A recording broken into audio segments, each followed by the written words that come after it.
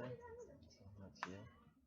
Hari ini kami dari kelompok lupa nugas ingin mempresentasikan hasil analisis jurnal kami.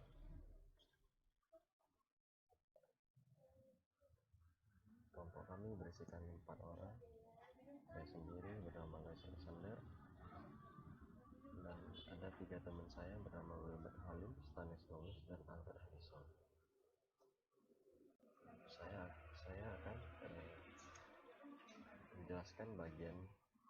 Nah, judul dan jurnal kami itu berjudul analisis biar baca mahasiswa pendidikan bahasa Inggris berdasarkan artikel dunia. Judulnya sudah mencerminkan isi dari artikel dan sesuai dengan pembahasan relevan yang ada dalam isi jurnal tersebut.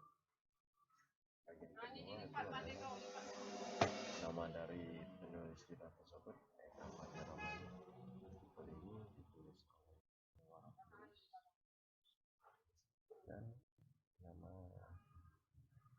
tulisan pada artikel jurnal ini sudah benar menggunakan gelar dan terdapat alamat korespondensi.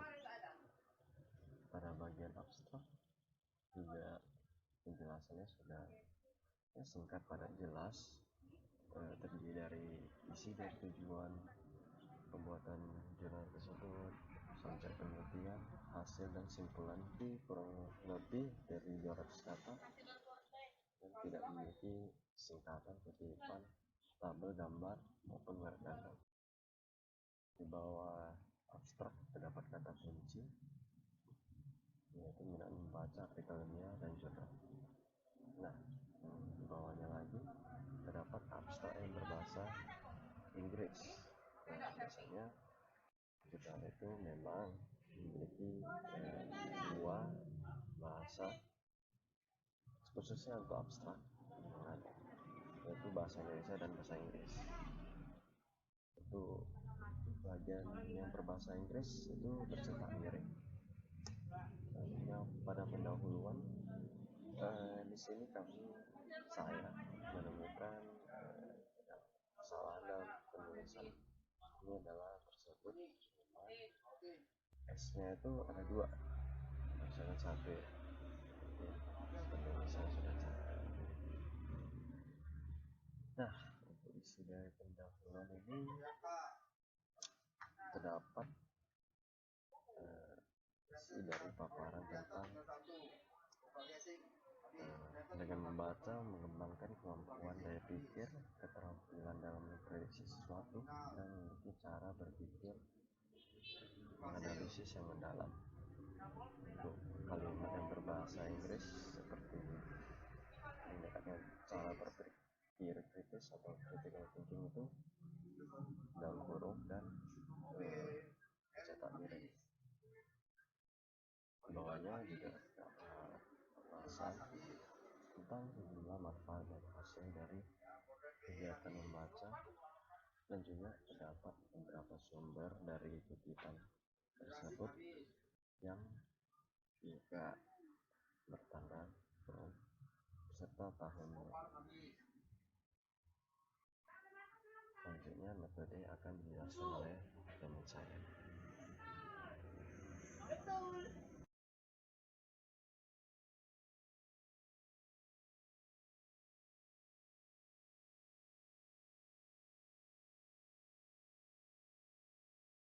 Baik, untuk selanjutnya, perkenalkan, nama saya Wilbert Halim dengan NIM 191110511.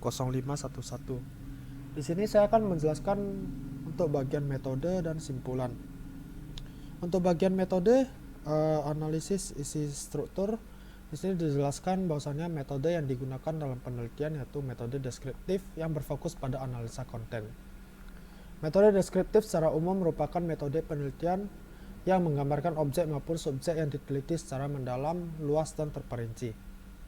Peneliti mengumpulkan data-data dalam bentuk kuesioner, yang dimana pertanyaan kuesioner tersebut terbagi menjadi 2, yaitu exposure membaca dan minat membaca yang telah diadaptasi oleh para ahli. Analisa minat membaca mahasiswa dengan menggunakan 5 indikator, yaitu perhatian, faktor penggunaan, motivasi, emosi, dan usaha menggunakan. Kelima indikator tersebut telah diadaptasi oleh seorang ahli dan digunakan peneliti untuk memformulasikan kuesioner sebagai instrumen data primer. Dalam melanjutkan penelitian, peneliti menggunakan dua jenis tahapan, yaitu distribusi dan analisis. Distribusi yang dilakukan adalah mendistribusikan kuesioner kepada partisipan. Pada tahap analisis, kuesioner dibagi menjadi dua tahap, yaitu tabulasi dan deskripsi.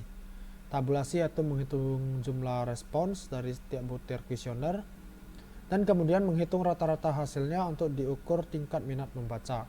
Sedangkan deskripsi yaitu mendeskripsikan atau menjabarkan hasil kuesioner ke sebuah narasi yang lebih rinci dan jelas. Lalu untuk analisis penulisan artikel, di sini cukup baik untuk penulisannya, yang dimana untuk kalimat-kalimat yang diberikan lumayan dimengerti, walaupun memang ada beberapa bahasa yang sulit dimengerti. Lalu untuk bagian ada kata-kata bahasa Inggris sudah dibuat dengan kata miring. Namun di sini ada terdapat kekeliruan, yaitu ada kurangnya tutup kurung di bagian bawah yang seharusnya harus diberikan tanda kurung. Lalu untuk bagian simpulan,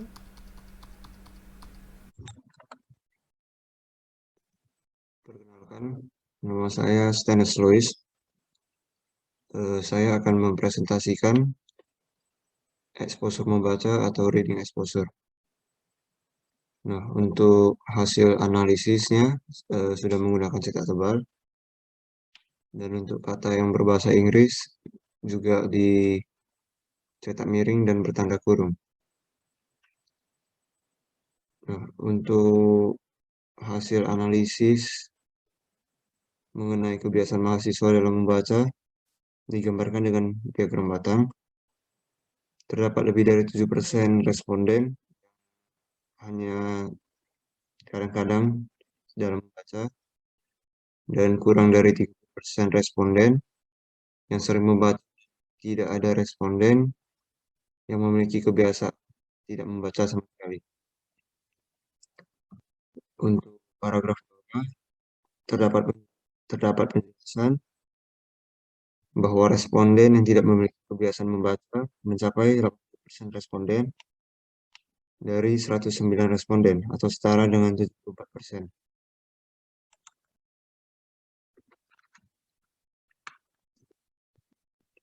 Nah, untuk gambar kedua mengenai preferensi mahasiswa terhadap bahan bacaan. Dari diagram batang di samping bisa dilihat terdapat lebih dari 20% responden yang memilih baca cerita anak, lebih dari 70% responden yang memilih membaca novel, untuk yang membaca komik dan media massa itu lebih dari 40%, dan kurang dari 20% responden yang membaca buku pelajaran, jurnal.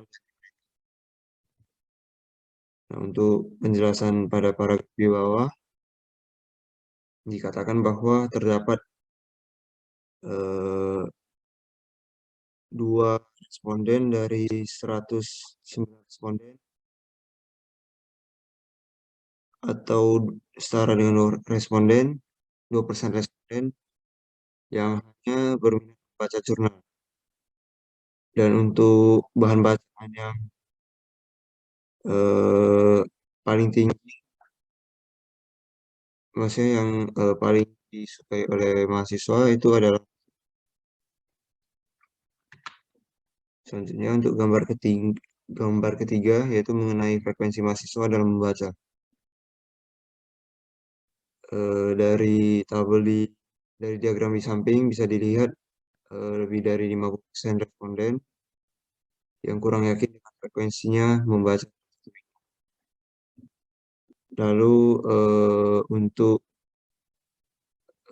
responden yang membaca dengan frekuensi 1-3 hari seminggu itu ada lebih dari 30%, dan kurang dari 20% responden yang membaca dengan frekuensi 4-7 hari dalam 1 minggu. Kalau untuk penjelasannya itu dikatakan bahwa 61 responden dari 109 responden atau setara dengan 56% responden itu kurang yakin dengan seberapa sering mereka membaca dalam 1 minggu. Selanjutnya untuk gambar keempat, yaitu mengenai alasan mahasiswa dalam membaca. Untuk diagramnya ditampilkan bahwa ada 60% responden yang membaca dengan alasan untuk hiburan, lebih dari 30% responden yang membaca dengan alasan untuk belajar, ada 40% responden atau lebih dari 40% responden yang membaca dengan alasan untuk tugas, dan kurang dari 10% responden yang membaca dengan alasan yang lainnya. Untuk penjelasannya, pada paragraf di bawah dikatakan bahwa 71 responden dari 109 responden atau setara dengan 65 responden membaca dengan alasan untuk hiburan. Untuk gambar kelima, yaitu preferensi mahasiswa untuk tempat membaca. Nah, dari hasil analisisnya pada diagram batang, terdapat lebih dari 80% responden memilih membaca di rumah, kurang dari 20% responden yang memilih membaca di kafe, di kantin, perpustakaan, dan tempat lainnya. Untuk penjelasannya, dikatakan bahwa 99% responden memilih rumah sebagai tempat membaca.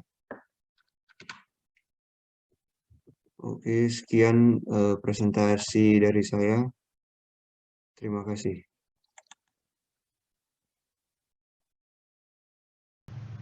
Perkenalkan, saya Albert Hadison.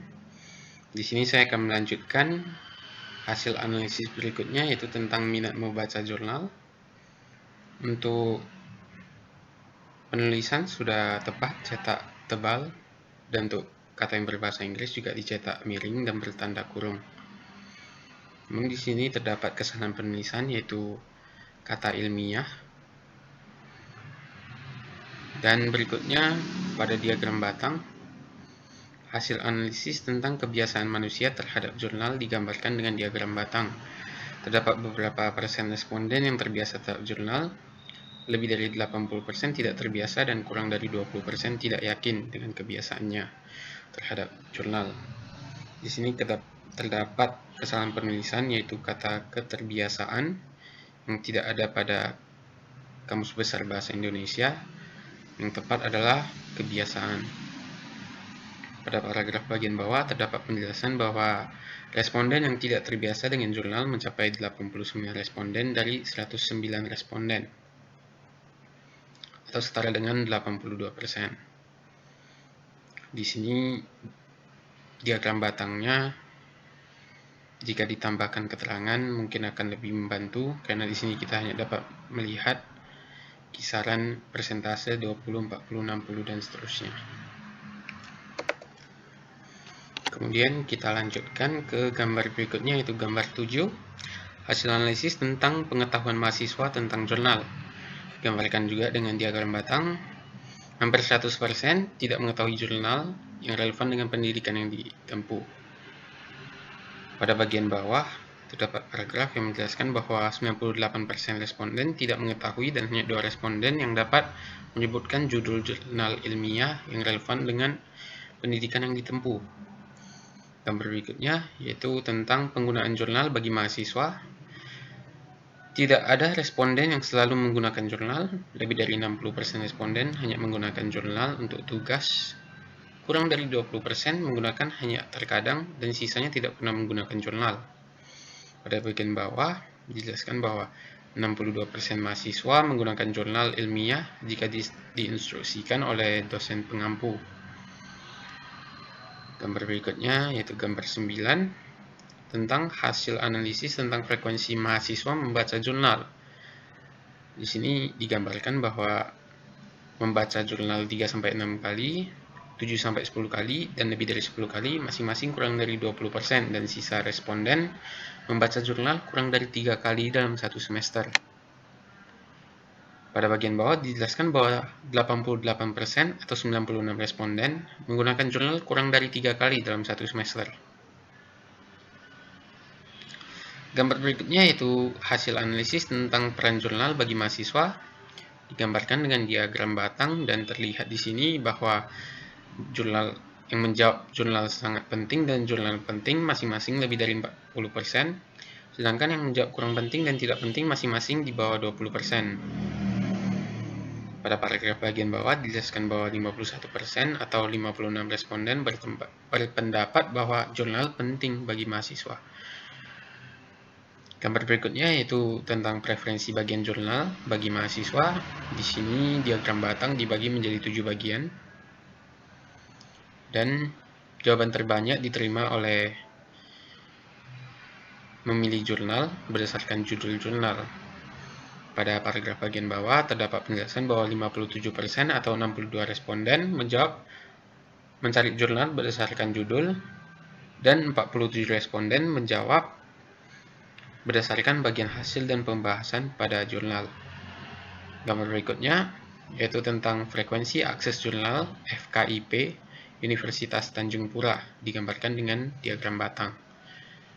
Responden yang tidak pernah mengakses jurnal FKIP Universitas Tanjung Pura hampir mencapai 80%.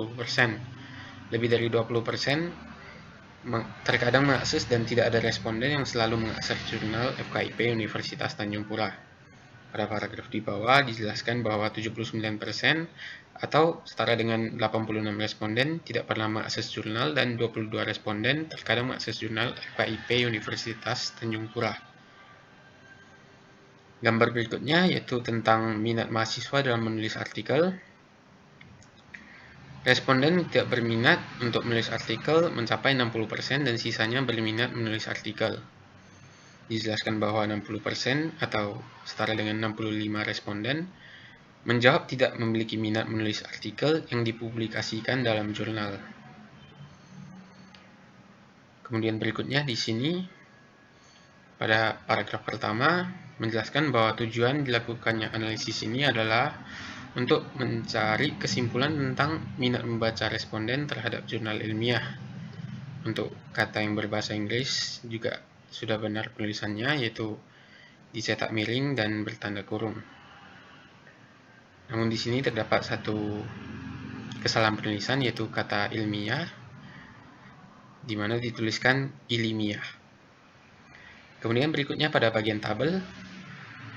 Tabel ini merupakan tabel kesimpulan analisis minat mahasiswa membaca artikel pada jurnal ilmiah berdasarkan title rating minat membaca. Pada paragraf bagian bawah dijelaskan bahwa 6 dari 7 aspek minat membaca menunjukkan tidak ada minat dengan persentase 85,71%.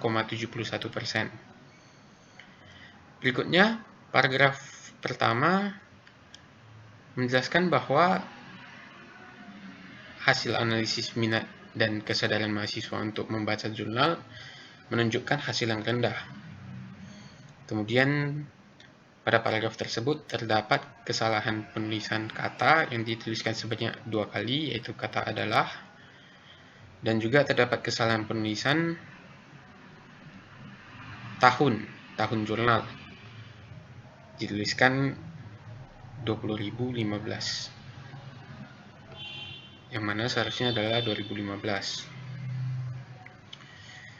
Pada paragraf kedua, hasil penelitian menunjukkan hasil total responden yang tidak memiliki minat membaca jurnal ilmiah bertolak belakang dengan hasil kuesioner tentang pentingnya jurnal ilmiah bagi mahasiswa. Kemudian pada paragraf terakhir dituliskan bahwa jurnal ilmiah dapat memberikan banyak informasi dan juga ide yang dapat digunakan sebagai referensi bacaan utama pada perkuliahan. Saya rasa sekian saja dari saya. Selanjutnya akan dilanjutkan oleh teman saya.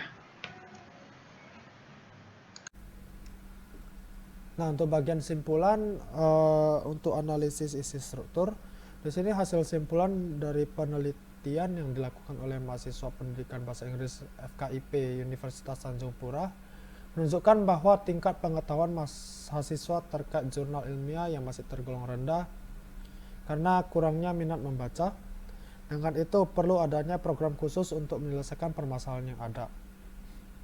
Lalu untuk analisis penulisan artikel di sini sudah cukup baik dalam penggunaan kata dan juga tidak ada kekeliruan yang ada dalam penulisan di dalam jurnal ilmiah tersebut. Lalu untuk kelebihan dan kekurangan, di sini kelebihan abstrak dibuat dengan jelas sehingga dengan hanya membaca abstraknya saja, pembaca dapat mengetahui hasil dari penelitian. Abstrak sudah memenuhi kriteria yang ada, yaitu memberikan abstrak dalam bentuk bahasa Indonesia maupun bahasa Inggris. Lalu untuk kesimpulan dibuat secara terperinci dan jelas. Di sini kesimpulan sudah dipaparkan dengan rinci dan jelas dengan data-data pendukung. Lalu telah disimpulkan bahwasanya memang minat membaca dari mahasiswa masih rendah karena ada data-data yang telah diberikan dari artikel yang telah dibuat ini. Namun masih ada kekurangan, yaitu terdapat beberapa bahasa yang sulit dipahami khususnya bagi pembaca dari kalangan umum. Terdapat beberapa kata yang mungkin agak sulit dimengerti yang harus menggunakan bantuan dari Kamus Besar Bahasa Indonesia untuk dapat memahami kata-kata tersebut. Lalu tidak ada data dalam bentuk tabel sebagai pendukung dalam grafik. Nah, di sini untuk grafik yang dipaparkan mungkin agak sulit untuk dimengerti karena grafik masih memberikan data dalam bentuk persenan. Seharusnya ada data tabel pendukung dalam bentuk angka dengan perhitungan yang jelas, yaitu berapa responden yang memiliki kriteria tertentu lalu dibagi dan mendapatkan hasil persenan. Dan mungkin dengan grafik ini ada data yang menunjukkan 0% yang tidak muncul, namun dapat lebih dimengerti mungkin oleh pembaca apabila grafik menggunakan grafik pie atau grafik bulat, karena dalam grafik tersebut langsung memaparkan kalimat maupun presentasi yang lebih jelas. Mungkin untuk artikel ini bagian kelebihan dan kekurangan. Sekian, terima kasih.